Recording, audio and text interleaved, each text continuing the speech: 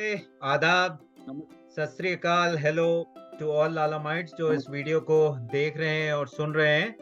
तो स्वागत है आप सभी का इस ई ब्लास्ट के टॉकिंग ट्यूसडे सेक्शन में। आज हम ई ब्लास्ट के मंच पर लेकर आए हैं हमारे एक और एलुमनाई 67 बैच से डॉक्टर वीपी कटारिया। और इस इंटरव्यू में मुझे सपोर्ट करने के लिए मेरे साथ जुड़ रहे हैं हम सबके चहेते और पूज्य गुरुजी none other than doctor Harivansh Chopra. आप दोनों का स्वागत है ई ब्लास्ट के इस फोरम पे। और सर, मैं चाहूंगा कि आप इस इंटरव्यू को गाइड करें ताकि मेरे लिए थोड़ी जो है जर्नी आसान हो। Thank you Nitin sir. नमस्कार डॉक्टर कटारिया, नमस्कार। पहले तो आपको बहुत बहुत अभिनंदन, नमस्कार। और नमस्कार। आपका जो प्यार और दुलार हमें जीवन भर मिलता रहा है, हम आशा करते हैं कि जीवन भर आपका प्यार, दुलार, आशीर्वाद हमें मिलता रहेगा। हमने तो अपने जीवन की शुरुआत, जैसे बोलते हैं ना, इन्फेंसी जब शुरू करी थी तो डॉक्टर कटारिया उस वक्त कॉलेज में हुआ करते थे। तो आज का इंटरव्यू बड़ा अच्छा मजेदार होने वाला है। नितिन, इस बात के लिए तैयार रहना, क्योंकि आज आपको ऐसे ऐसे किस्से सुनने को मिलेंगे जो आपने कभी नहीं सुने होंगे। तो मैं आपकी पहली मेमोरी क्या है अपने कॉलेज की? कॉलेज की first memory, your first memory of college. तो मेमोरी क्या होती है कि भाई जब हम लोग मेडिकल कॉलेज में आते हैं तो सबसे पहले प्रिंसिपल तो थे doctor G K Tyagi, but nobody knows कि doctor Tyagi is a principal. हमारे यहाँ डॉक्टर भूटानी होते थे, doctor S K Bhutani. He was simply a demonstrator in physiology, लेकिन उनकी पर्सनालिटी ऐसी थी डॉक्टर हरवंश, मैं आपको बताऊं कि सबको ये लगा कि यही प्रिंसिपल हैं। और उसके बाद उन्होंने आकर के जो लोगों को हड़काना शुरू किया और लोगों को वो करना शुरू किया, तो ये लोगों को ये लगा कि यही प्रिंसिपल हैं। उसके बाद में जब डॉक्टर जी की त्यागी से हम लोग का वो पढ़ा, जब साइन कराने गए, जब ये मेडिकल एडमिशन वगैरह हो गया, उसके बाद जब साइन कराने के लिए गए थे एडमिशन फॉर्म पे, तब पता लगा कि प्रिंसिपल तो जी की त्यागी है और वो भूटानी साहब जो थे वो सिंपली डेमोन्स्ट्रेटर इन फिजियोलॉजी। लेकिन उनका जो औरा था ना, जिसको कहते हैं, जो उनका वो था, वो हमें ये लगा कि भाई यही वो हैं। तो शाम तक हम लोग के उसमें यही डिस्कशन चलता रहा कि भाई व्हाट इज दिस फेलो। दूसरे दिन जब हम गए तो वो आए हम लोग को फिजियोलॉजी पढ़ाने, और उसके बाद उन्होंने जो मेलियो इंटीरियर पे शुरू किया तो मेलियो इंटीरियर पे ही रहे, उसके आगे नहीं बढ़े। तो हम लोग आए डॉक्टर साहब। पहले तो हमारे टाइम में देखिए, जो अभी प्रिंसिपल ऑफिस है, जो अकाउंट्स डिपार्टमेंट है, यहाँ हमारी क्लास लगती थी और ऊपर लाइब्रेरी बन रही थी, खटखट होती थी। तो हमारे प्रोफेसर थे बीवी शर्मा साहब, वो कहते थे भाई ऊपर जाकर मना करो इनको, ये रुक जाए थोड़ी देर, मुझे क्लास लेनी। तो जो अकाउंट सेक्शन है प्रिंसिपल ऑफिस का, वहां पर हम लोगों की क्लासेस लगती थी। कोई हॉस्पिटल नहीं था हम लोगों के पास, कुछ नहीं था। जब थर्ड ईयर में हम लोग आए तो हम लोगों को मेडिकल वहाँ जाना पड़ता था, PL शर्मा हॉस्पिटल। और PL शर्मा हॉस्पिटल हम डॉक्टर साहब कैसे जाते थे, एक मॉर्चरी वैन होती थी, उस मॉर्चरी वैन में हम लोगों को डाल के वहाँ ले जाया करते थे। उसके बाद फार्मेसी हॉस्टल बना। उसके बाद डॉक्टर साहब जो फार्मेसी हॉस्टल है उसमें हमारा मेडिकल कॉलेज शिफ्ट हुआ। उसमें बेड्स गले नीचे ऊपर सब वहाँ पर हम लोग करा करते थे। और जो आपके हॉस्टल वगैरह हैं, we used to reside in girls hostel. जो गर्ल्स हॉस्टल है उसमें रहते थे हम लोग। और लड़कियां रीडर्स और प्रोफेसर्स बेंगलो में रहती थी, जो स्टेट बैंक के पास जो बेंगलो बने हुए हैं रीडर्स प्रोफेसर्स के, लड़कियां यहाँ रहती थी और हम लोग गर्ल्स हॉस्टल में रहते थे। सर, अचानक से मेरे दिमाग में शरारत आई कि कितने लकी थे सर आप। फिर समझ आया।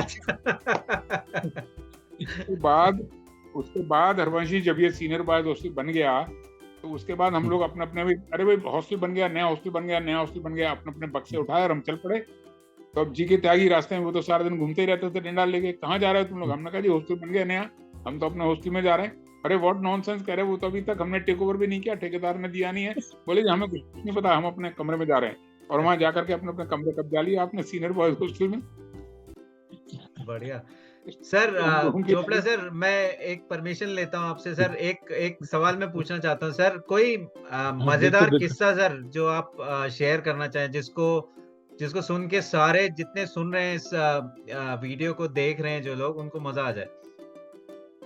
डॉक्टर साहब मजेदार किस्से तो एक्चुअली क्या है, हमारे यहाँ एक लड़का होता था, वो उसको ये रहता था कि भाई मुझे कपड़े नहीं धोने। तो उसने जीन्स जो पहनता था 10 दिन जीन्स पहनी। उसके बाद उसके कमरे में कोने में एक तसला रखा रहता था जिसमें कोई रंग रहता था, नीला काला कुछ भी रहता था, वो जीन्स उसमें डाल देता था और उसके बाद जीन्स को दूसरे निकाल के सुखा देता था। तो आजकल डॉक्टर साहब जो फैशन है ना जिस तरीके के जीन्स पहनने का, वो फैशन उस टाइम आ गया था क्योंकि वो स्पॉट्स पड़ जाते थे, वो उनको पहनता था। अच्छा, एक लड़का और हरवंश चोपड़ा को याद होगा कि भाई किसी से शर्त लगी, अब आप इमेजिन कर सकते हैं क्या शर्त लगी कि साहब मैं न्यूड होकर के सारे दोस्तों का चक्कर लगा के आऊंगा, सारे दोस्तों का चक्कर लगा के आऊंगा और 100 रुपए। डॉक्टर साहब मैं आपको बात बता रहा हूँ 60s की, 69 70 की, 100 रुपए कितना वैल्यू रखते थे उस टाइम कि भाई 100 रुपए देना। तो साहब वो एक्चुअली में उसने क्या किया कि उसने सब कपड़े उतारे और हॉस्टल के हर कमरे में जाके खटखटाया और उसने क्या किया कि हर कमरे से किसी 10 रुपए किसी 5 रुपए लेकर के वो 200-250 रुपए के कमरों से कमा के आया और 100 रुपए जिससे शर्ट लगाई थी उससे लिए उसने। उस टाइम में तो हमारे यहाँ ये हुआ करता था। ये तो मजेदार किस्सा है सर। आगे बढ़ाते हैं सिलसिले को। सर कोई है सवाल आपके पास? मैं तो सर से ये पूछना चाह रहा हूँ कि सर आप मेडिकल कॉलेज में भी रहे और फिर आपने सर मेडिकल कॉलेज छोड़ दिया, तो आपके क्या एक्सपीरियंसेस हैं? मतलब आपने मेडिकल कॉलेज क्यों छोड़ा और क्या कारण थे उसको छोड़ने के? मैं आपको बताता हूँ। मतलब नॉन फैकल्टी होते हुए मैं 15 साल मेडिकल कॉलेज कैंपस में रहा हूँ। मैं 15 ईयर्स तक रहा हूँ यहाँ पे। इंटरेस्टिंग मैं किस्सा आपको सुनाता हूँ कि मैं डॉक्टर जीबी ताई के पास गया। मैंने कहा सर मुझे हाउस जॉब चाहिए। तो बोले तो तू अपने घर क्यों नहीं जाता, यहाँ क्या करेगा, यहाँ जो तू पढ़ने आया था पढ़ लिख लिया, इंटर्नशिप हो गई, अपने घर जा। मैंने कहा नहीं सर घर नहीं जा रहा, मुझे तो पोस्ट ग्रेजुएशन करना है, मुझे आप कुछ करो। अच्छा, बोले तो फिर तू कल आना, फिर परसों आना। 2-3 दिन बीत गया, फिर एक दिन मैं उनके घर पहुंच गया।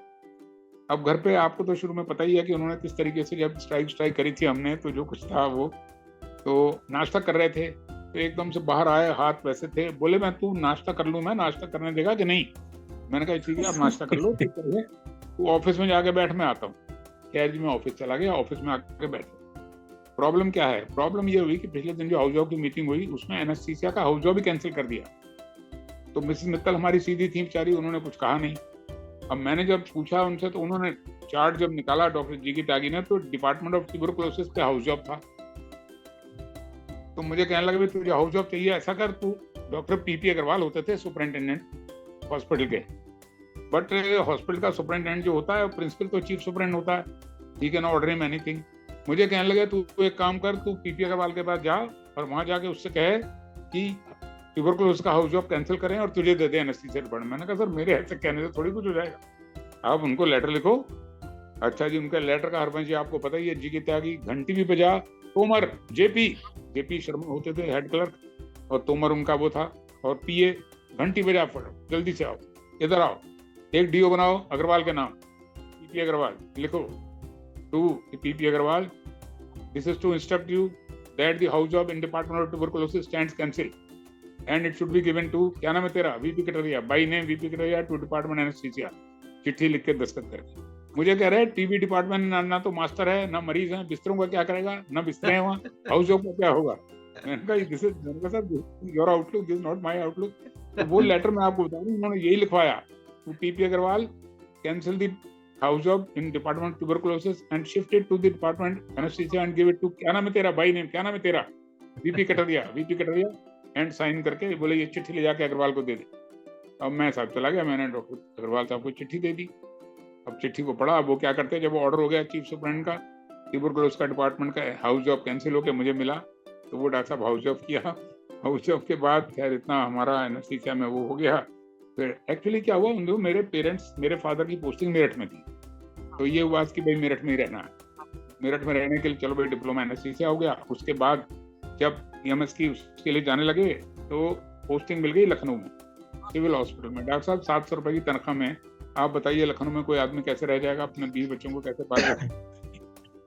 तो फिर पीपी प्रोग्राम, एक पोस्ट पीपी प्रोग्राम में होती थी एनेस्थेटिस्ट की, पोस्टमार्टम प्रोग्राम में, वो प्रोग्राम ज्वाइन किया कि जब तक पेरेंट्स हमारे यही हैं, प्रोग्राम ज्वाइन किया, 2-3 साल उसमें रहे। फिर उसके बाद हरवंश जी आपको मालूम होगा डॉक्टर अखिलेश गर्ग एनेस्थेटिस्ट होते थे हमारे शहर में, और हाँ जी, और डॉक्टर सुनील जो थे, सुनील सिर्फ मूर्ति में और सेंट लुक्स में काम करता था। अखिलेश गर्ग काम करते थे डॉक्टर JN गोयल और मधु जिंदल के साथ। और सरोजिनी अग्रवाल। हाँ जी। और दूसरी जगह, हालांकि ये मेरे से जूनियर थे, एल.के. बंसल और सुनील, इन्होंने मेरे से पहले प्रैक्टिस शुरू कर दी थी। तो मुझे बहुत प्रेशर मेरे ऊपर पड़ा, और स्पेशली जो ये मधु नर्सिंग होम वाले थे ना, डॉक्टर धर्मवीर जिंदल, कहने लगे भाई बहुत परेशानी हो रही है, एल.के. बंसल सारा दिन भागा दौड़ा फिरता है, हमें टाइम नहीं दे पाता, तो आप प्रैक्टिस करो। Then I started my practice. Doctor साहब, मैंने उषा शर्मा से पीपी प्रोग्राम में था मैं, तो मैंने कहा जी मुझे अर्न लीव चाहिए 2 महीने की। क्या करोगे कटारिया, कहाँ जा रहे हो, यहाँ बैठे रहो। अच्छा, मैडम को क्या चार्म था, I was the only male member in the department PP programme में। चलो भाई कटारिया, गाड़ी निकालो, वहाँ चलना है। चलो कटारिया, लखनऊ चल रहे हैं, चलो आज वहाँ मीटिंग है। तो ये सब करते थे। I took an earned leave for 2 months, और उसके बाद काम जो शुरू किया धीरे धीरे। उन्हीं दिनों में क्या किया कि जैसे मैंने प्रैक्टिस शुरू की, तभी डॉक्टर अतुल ने NS कॉलेज के सामने एक सेटअप बनाया। टाइम में डॉक्टर VK उपाध्याय, अमित के फादर, और मित्रा जी, बड़े प्रिंसिपल वाले लोग, नहीं भाई हमें प्रैक्टिस नहीं करनी, हम प्रैक्टिस नहीं करेंगे। 760 रुपए तनख्वाह में डॉक्टर साहब कैसे गुजारा करोगे, क्या करोगे, बड़ा मुश्किल से कर करा के। फिर मित्रा जी को तो ऐसा हुआ, हमारे 2-3 फ्रेंड्स थे, उनके पेरेंट्स को दिखाने ले गए जबरदस्ती, भाई was a very competent physician. तो फिर धीरे धीरे करके उन्हें वहीं अतुल के साथ में, वहाँ पर एक कोने में एक दुकान थी, उनको क्लिनिक दिलवाई। और अतुल के साथ जब हम ज्वाइन कर लिया हमने, तो अतुल के साथ काम करते रहे। फिर धीरे धीरे कमल नर्सिंग होम बना।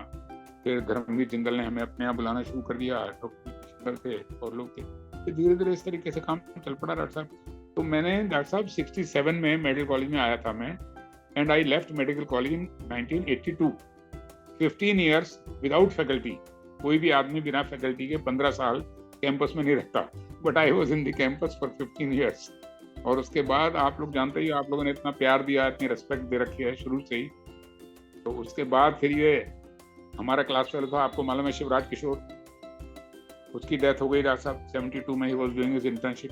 को तो आइडिया नहीं होगा ना नितिन को? नहीं पता है सर मेरे को। 72, हाँ, तो 72 में डॉक्टर साहब उसकी डेथ हो गई। तो फिर ही वाज अ क्रिकेटर। तो फिर लोगों ने टूर्नामेंट शुरू किया, SMCT। तो SMCT जब शुरू किया, तो शुरू में डॉक्टर साहब, मैं, डॉक्टर मित्रा और Nirankar Dev, we used to organise the tournament. बड़ी अच्छी टीमें आती थी बाहर से, कानपुर से, पूना से, दिल्ली से, जमशेदपुर से। और जो आपका PG हॉस्टल है, इसमें ठहराते थे उनको।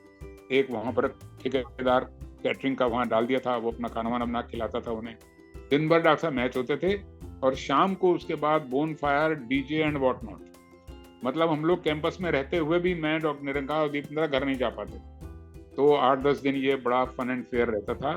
तो ये उस तरीके से हम क्रिकेट के उससे जुड़ते चले गए। अब क्रिकेट लवर्स हैं, वो हमें प्यार करते हैं, इज्जत देते हैं। आप हो गए, बाकी जितने लोग हैं, वही एक ऊपर वाले की कृपा है इतनी कि हमें मेरठ में, हम एक बक्सा लेके पढ़ने आए थे 67 में, हमें मेरठ ने पकड़ लिया। तो आज तक देखिए मेरठ में ही हैं, आप लोगों के साथ रह रहे हैं। आप लोगों का मेरठ का पानी तो सर छोड़ता नहीं किसी को। सही बात है। नहीं, मैं तो एक किस्सा सुनना चाह रहा हूँ सर से, वो सुना देते सर कि बाहर बैठ के जो हमारी थोड़ी सी दुकानें होती थी, चाय वाय पिया करते थे, जहाँ पे सीनियर लोग चाय पिलाया करते थे। तो सर एक किस्सा सुनाया करते थे कि साले बैठ ऑमलेट खिलाऊंगा, लेकिन बात सुननी पड़ेगी, वो किस्सा सुनना चाहता हूँ। मैं बताऊं, ऑमलेट, ये बाहर तो जो खाते पीते थे ही। एक आपको याद होगा कि डॉक्टर नागर वगैरह जहाँ रहता था, उसके नीचे एक कैंटीन थी। तो उसमें क्या होता था कि हमारे एक डेमोन्स्ट्रेटर थे, मैं उनका सचमुच नाम भूल रहा हूँ, वो पकड़ लिया करते थे कि चलो भाई कटारिया ऐसा है। बहुत ज्यादा बोलते थे, बहुत ज्यादा पीते थे। तो मैंने कहा सर ऐसा है, मुझे क्लास में जाना। अरे नहीं यार, ऑमलेट खिलाऊंगा, तो चल तो सही, चल। और उसके बाद जो है ऑमलेट मंगा रहे हैं, और उसको इशारा कर रहे हैं कि ऑमलेट जरा आराम से लाना। और उसके बाद he used to talk and talk and talk 1 घंटे तक। फिर साहब ऑमलेट आ गया, फिर जैसे बातें करते रहे। मैंने कहा सर मुझे जाने दो। अरे इमरान सिंह आपको याद है? हरवंश मोटा तगड़ा था, बिल्कुल याद है सर, बहुत। हाँ बिल्कुल, वेरी स्ट्रॉन्ग। बापू बोलते थे उनका, बापू। हाँ बापू। तो बापू सारा दिन कुछ नहीं खाता था, और उसके बाद वो शाम को जाकर के वहाँ, आप इमेजिन नहीं कर सकते कि 12 पराठे, 13, 14, 15 पराठे। तो वो बेचारा 1 हफ्ते में अपना कैंटीन वैंटीन बंद करके चला गया। बोला मेरे बस का नहीं है इन लोगों को खिलाना। हम लोगों के साथ। और वो सामने जो राम गोपाल की दुकान जिसको आप कहते थे, एक लाला राम गोपाल होता था मेडिकल कॉलेज से बाहर गेट के सामने। ये छोटा मोटा सामान, पेस्ट ले लिया, ब्रश ले लिया, ये ले लिया कुछ। उसके बाद सामने खाने पीने का भी सामान होता था। उसके बाद जाके जैसे आपने सामान खरीदा, तो मैंने कहा भाई लाला जी ये पैसे हम आपको कल दे देंगे, परसों दे देंगे, ऐसे ही लाइक दिस। सब स्टूडेंट्स कहते थे कि भाई बाद में आपको दे देंगे जब घर से पैसे आएंगे। तो एक दिन मुझे कहने लगे, लाला जी कहने लगे, डॉक्टर साहब एक बात सुनो, आप ना ये मत सोचा करो कि पैसे नहीं है, उधार तो आपको लेना ही चाहिए, मैंने कहा भाई उधार क्यों लेना चाहिए? कह रहे देखिए उधार लेने से डॉक्टर साहब आपकी ना सेहत ठीक रहेगी, आपकी लाइफ लॉन्ग रहेगी। कैसे? कह रहे जी आप मेरी दुकान से उधार लेके चले, तो जैसे ही आप चले तो मेरी दुआएं आपके साथ चल पड़ी कि भाई ये जो सामान हमसे लेके जा रहे हैं ये सही सलामत इस सामान के साथ अपने घर पहुंच जाएं, इस सामान को यूज कर पाएं, पूरे महीने अपनी नौकरी पे प्रॉपरली जा पाएं, बीमार ना हो और पूरा महीना काम करें, इनकी कोई एब्सेंट ना लगे, कोई इनकी सैलरी ना कटे, और उसके बाद महीना पूरा होने पे इनको पूरी सैलरी मिले और ये सही सलामत मेरी दुकान तक आके मेरा पैसा वापस कर सकें। तो कह रहा है कि जो उधार लेने का जो फंडा है वो ये है कि उधार तो आपको लेना ही चाहिए, जिससे आप उधार लेते हो उसकी दुआएं आपके साथ चलती रहती हैं हर वक्त, तो आपको कोई नुकसान नहीं होगा, आपकी सेहत बनी रहेगी। अच्छा सर, आप दोनों अभी हैं यहाँ पे। एक सवाल पूछता हूँ मैं, डल्लू की दुकान का एस्टेब्लिशमेंट सर कब हुआ है? ये अगर आप जवाब दे पाए तो सबकी जो है। नहीं, डल्लू की दुकान तो 70s से पहले ही बन गई थी, 68-69 में बन गई थी, और हमने उसका नाम डल्लू नहीं, हमने उसका नाम रखा था डेलस इंटरकॉन्टिनेंटल। अच्छा। तो क्या करते थे हम लोग कि पहले तो जब हम लोगों ने ज्वाइन किया तब तो कोई बस सर्विस वगैरह थी नहीं। हम लोगों को जब शहर जाना होता था तो 5-7 लोग खड़े होकर रोड पे खड़े हो जाते थे, जो मुरादाबाद से बस आ रही होती थी उसको रोक देते थे, उसमें बैठ के हाफ तक चले जाते थे। उसके बाद रिक्शा विक्शा जो मर्जी आया करो। उसके बाद जब बस सर्विस शुरू हुई तो बस मेडिकल कॉलेज से बेगमपुर तक जाती थी, बेगमपुर से वापस आती थी। अब आप डल्लू के अगर बैठ के चाय पी रहे हैं और बस आ गई तो हमने अपने प्याले समेत बस में जाके बैठ गए और उसको कहा कि भाई जब वापस आओगे प्याले डल्लू को दे देना। क्या बात है। गुड प्रिविलेज था हम लोगों का। और बेगमपुर पे एक पर्टिकुलर दुकान थी, वहां पे बेगमपुर पे जाके बस रुकती थी और वापसी में वहीं से बस मिलती थी, वहां से आते थे। रात को अगर लेट शो पिक्चर देखने जाना है तो एक यूसुफ हुआ करता था जो रिक्शा चलाता था, और उसके साथ एक और था, दोनों मोमडन थे। वो रात को रिक्शा चला लेते थे। हम लोगों को हापुड़ तक तो आती थी हर सवारी, हापुड़ से मेडिकल कॉलेज जाते थे। कभी 10 रुपए कभी 12 रुपए जितना भी वो था वो उस टाइम ले लिया करते थे, लेकिन वही 2 रिक्शे वाले थे, वो हम लोगों को लाते थे। रिक्शा नहीं मिला तो क्या करें, जो ये आपने धोबी का ठेला देखा है जिसमें वो कपड़े वपड़े रख के ले जाता है, जो फ्लैट ठेला होता है भैंसे वाला, उस पे भी बैठ के आपको घर पहुंचे। वहां पे तो मैस तो बंद है, खाना वाना तो कुछ है नहीं, तो लाला राम गोपाल की दुकान पे चले गए तो वहां उसने उसी दिन बर्फी बना के उसने शोकेस में रखी हुई थी। साहब किसी तरीके से शोकेस का शीशा तोड़ा, बर्फी की ट्रे उठाई, और उसके बाद कहाँ जाके बर्फी खाई हमने? टंकी के ऊपर, जो टंकी थी उसके ऊपर बैठ के वहाँ माउथ ऑर्गन बजा रहे हैं और बर्फी खा रहे हैं। दूसरे दिन लाला साहब ने कहा जी ऐसी बात होगी, बोले डॉक्टर साहब शीशा मैं जुड़वा लूंगा, आप बर्फी के पैसे दे दो सिर्फ। हमने कहा भाई तुम बर्फी के पैसे ले लो। कहा जी शीशा तो मैं जुड़वा ही लूंगा, कोई बात नहीं। सर मैं चाहूंगा जो अगला सवाल है हमारा वो चोपड़ा सर आप लीजिए, और जो है बड़ा मजेदार जो है सवाल है और मजा आएगा अगर सर इस सवाल का जवाब देंगे तो। सर ये पूछा है इन्होंने आपसे कि आपका फेवरेट गाना कौन सा है और क्या आप गुनगुनाएंगे 2 लाइन उसकी? यार गाना तो हमारा फेवरेट, क्योंकि अब हमारी ऐसी एज हो गई और वैसे भी शुरू से ही गाना तो मैं गुनगुनाना, मुझे गाना वाना तो आता नहीं है, लेकिन मेरा फेवरेट गाना जो है वो यही है, हमें तुमसे प्यार कितना ये हम नहीं जानते, मगर जी नहीं सकते तुम्हारे बिना, हमें तुमसे प्यार कितना ये हम नहीं जानते, मगर जी नहीं सकते तुम्हारे बिना। ये I dedicate this song to my wife. क्या बात है सर, मैं समझ गया था। बेहतरीन सर, बहुत बढ़िया आवाज है आपकी। चलिए सर, हमारे पास कुछ और सवाल हैं। ये तो बहुत जो है बढ़िया सवाल मैं कहूँगा। सर मैं अगर आपकी इजाजत हो चोपड़ा सर, मैं सवाल सर से पूछ लूं? बिल्कुल बिल्कुल, आप पूछिए नितिन, जो भी पूछना चाहते हैं। बिल्कुल सर, आजकल की जो जनरेशन है आप उसको क्या मैसेज देना चाहते हैं? देखिए, एक तो जब हम लोग आए थे मेडिकल कॉलेज में तब तो हम लोगों को एक चीज सिर्फ यही सिखाई गई थी कि कम अननोन गो अननोन। ठीक है जी, क्वाइटली अपना सिर्फ पढ़ाई का होता था माहौल, और कुछ माहौल नहीं होता था। हमारे टाइम में स्पोर्ट्स वगैरह भी कम होते थे। लेकिन डॉक्टर साहब, मेरा तो लाइफ में सिर्फ एक ही फंडा रहा है, वो है सबसे बड़ा ऑनेस्टी का फंडा। अगर आप honest towards your everything, towards your studies, towards your friendship, towards your life, towards your family, honesty जो है हमारे उसमें, उसके लिए क्या होता है कि आपको कभी आंसरेबल नहीं होना पड़ता।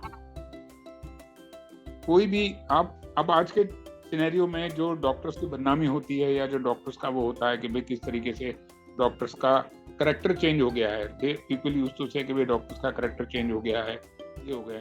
तो उसमें भी डॉक्टर साहब ये है कि if you are honest to your job, if you are honest to your patient, if you are honest to your speciality and your profession, तो फिर उस बारे में जो है हमें ये बातें नहीं सुननी पड़ती। बिल्कुल sir, very very deep thought sir. I think जो भी सुन रहे होंगे वो इस चीज़ को जो है, स्पेशली आजकल के टाइम में जो जूनियर्स हैं कॉलेज में प्रेजेंट, वो जो है इस चीज़ को अपने लाइफ में इनकलकेट करेंगे।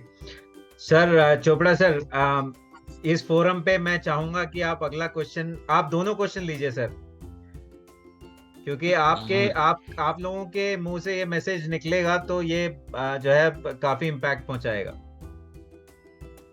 सर दो सवाल हैं। एक तो इनका ये सवाल है कि अब हमारे जो लैलारमाइट्स हैं वो तो दुनिया भर में फैल गए, yes. सब जगह है। अब नितिन तो ऑस्ट्रेलिया से आपका इंटरव्यू कर रहा है। सारे जो हमारे स्टूडेंट बैठे हैं बाहर देश विदेश में, खासकर विदेश में, उनके लिए क्या आप मैसेज देना चाहते हैं? सारे बच्चे हमारे निकल गए और सब जगह जाके उन्होंने अपने को एस्टेब्लिश कर दिया। तो सर जीवन में तो क्या है, जो कुछ लेके नहीं आए थे, कुछ लेके जाना नहीं है, तो कुछ कंट्रीब्यूशन भी होना चाहिए। मेरे को लगता है कि जितने बच्चे बाहर हैं वो कॉलेज के लिए भी कुछ कंट्रीब्यूट करें, चाहे वो in the form of education हो, चाहे in the form of support हो। तो वो भी मेरे ख्याल से एक मैसेज आपके मुंह से जाएगा, तो वो मेरे को लगता है उसका मतलब कुछ और जो है बात ये ग्रहण करेंगे। फाइनेंशियली कर सकते हैं अपने कॉलेज के लिए, कुछ भी कर सकते हैं। जैसे एनुअल, जैसे हमारे यहाँ फंक्शन होता है, कई लोग आते हैं, जैसे हमारे यहाँ आहूजा है, वो हमारी मिस का बैचमेट है, वो हमेशा आता है, वो आता है, और लोग आते हैं, जो भी बाहर से लोग आते हैं, दे शुड कंट्रीब्यूट समथिंग। और उसके बाद वहाँ भी जो है, वहाँ हमारे कॉलेज का जो है वो एडवर्टीजमेंट क्या कह सकते हैं उसको, एडवर्टीजमेंट तो नहीं, लेकिन कम से कम एटलीस्ट दे कैन एस्टेब्लिश कोई, जैसे हमारे दिल्ली में होते हैं, जैसे दिल्ली में जैसे हमारे यहाँ ये वैसे होता है, दिल्ली में भी फंक्शन होते हैं, तो ऐसे ही वो वहाँ पर हैं एल्यूमनाई बनाए, वहाँ पर एल्यूमनाई बनाए, और वहाँ लोगों को ये हो जाए, रिकॉग्निशन हो कि भाई कोई LLRM मेडिकल कॉलेज नाम का मेरठ में कोई मेडिकल कॉलेज जहाँ की ये प्रोडक्ट है। और प्रोडक्ट ऐसे नहीं रहता, कई सौ लोग हैं तो बाहर, कई सौ लोग हैं बाहर। अच्छा सर, वही मैं कहना चाह रहा था सर, जो ई ब्लास्ट का हम जो कॉन्सेप्ट लेके आए हैं वो बेसिकली नेटवर्किंग इनहांस करने के लिए हम लोग लेके आए हैं, कि हम 1966 से लेके प्रेजेंट के जो बैच के लोग हैं उन सबको कनेक्ट कर पाएं, क्योंकि हम लोग यहाँ देखते हैं सर लोगों की कनेक्टिविटी बहुत अच्छी है, मतलब बाहर भी रेफरेंसिंग बहुत काम आती है। तो ये एक सर एक कोशिश है हम लोगों की कि हम नेटवर्किंग जो है कर पाएं, ताकि जो लोग भी हेल्प कर सकें, जो भी आगे जो है बढ़ना चाहते हैं, अपॉर्चुनिटीज चाहते हैं फील्ड्स में, अलग अलग स्पेशलिस्ट में, वहाँ पे उनको जो है हेल्प मिल पाए और कांटेक्ट बन पाए। तो मैं चाहूंगा सर आप इस फोरम से ई ब्लास्ट टीम के लिए कोई मैसेज देना चाहें तो मजा आएगा। जैसे अभी मैंने अरविंद चोपड़ा को कि जैसे एक एल्यूमनाई आप बनाते हैं, एल्यूमनाई बना के जैसे आप ये नेट का ये कर रहे हो, तो उसमें यहाँ के जो भी स्टूडेंट्स हैं जिनको किसी को बाहर जाना है, कोई एजुकेशन लेनी है या कोई है, तो उसमें वो उनकी हेल्प कर सकते हैं। They can send them clause दे सकते हैं कि भाई ये है, इस तरीके से आप यहाँ पर आ सकते हैं, या वहाँ पर क्या क्या ऑप्शन हैं। देखिए सब्जेक्ट वाइज यहाँ के आदमी को पता नहीं है, लड़के को, कि भाई वहाँ क्या क्या ऑप्शन हैं। अब तो आपको पता है कि पहले हमारे टाइम में तो एनाटॉमी, फिजियोलॉजी और ये होता था 2-4। अब आप देखिए कितने सब्जेक्ट्स बढ़ गए हैं और कितनी ब्रांचेस बढ़ गई हैं हर तरीके की। तो at least they should guide them कि भाई इस तरीके ये ऑप्शंस यहाँ पर हैं और किस किस यूनिवर्सिटी में क्या क्या ऑप्शंस हैं और हम आपकी कैसे हेल्प कर सकते हैं। तो उसमें अगर कोई प्रोफार्मा टाइप का हर एक उसमें बना के किसी भी यूनिवर्सिटी का है वो यहाँ पर भेज दें और ये दे दें कि भाई जो स्टूडेंट्स हैं, जो विलिंग हैं, जो वहाँ जाना चाहते हैं, उनके लिए फॉलोइंग ऑप्शंस हैं, ये बिल्कुल सब्जेक्ट्स हैं, सब्जेक्ट्स में आपको एडमिशन मिल सकता है और हम आपकी कैसे हेल्प कर सकते हैं। यही तो ये सब यही चीजें यही कोशिश है सर इस ई ब्लास्ट नेटवर्किंग की बेसिकली। मेरा मानना यही है कि एक ग्लोबल एल्यूमनाई एसोसिएशन बन जाए तो it should not remain country specific, rather it should B global. बिल्कुल एंड सर, जिस तरह से यहाँ पर ओसा मनाया जाता है, ऐसे ही फिर ग्लोबल एल्यूमनाई भी अपनी एक एनुअल मीट करे। एंड मैं शेयर कर सकता हूँ कि बिहार वाले बहुत स्ट्रांग है, यूके में बिहार वाले करते हैं मीटिंग, उनके नंबर बहुत ज़्यादा है, and they even invite there teachers also in those meets, because अब नंबर हमारे लोगों का भी बढ़ता जा रहा है। और जैसा मुझे पता है कि यूके में भी हमारा एल्यूमनाई का एक ग्रुप है जो मिलते हैं हर साल, और मेरे ख्याल से जुलाई के फर्स्ट संडे को मिलते हैं वो लोग। तो आप लोग भी करिए, ऑस्ट्रेलिया में हैं, यूएस में हैं, न्यूजीलैंड में हैं, जहाँ भी हैं आप, जब जिस जगह पर हैं अपना एल्यूमनाई का ग्रुप बनाइए और एक ग्लोबल ग्रुप बना लीजिए सबको मिलाकर, तो वो भी एक अच्छा।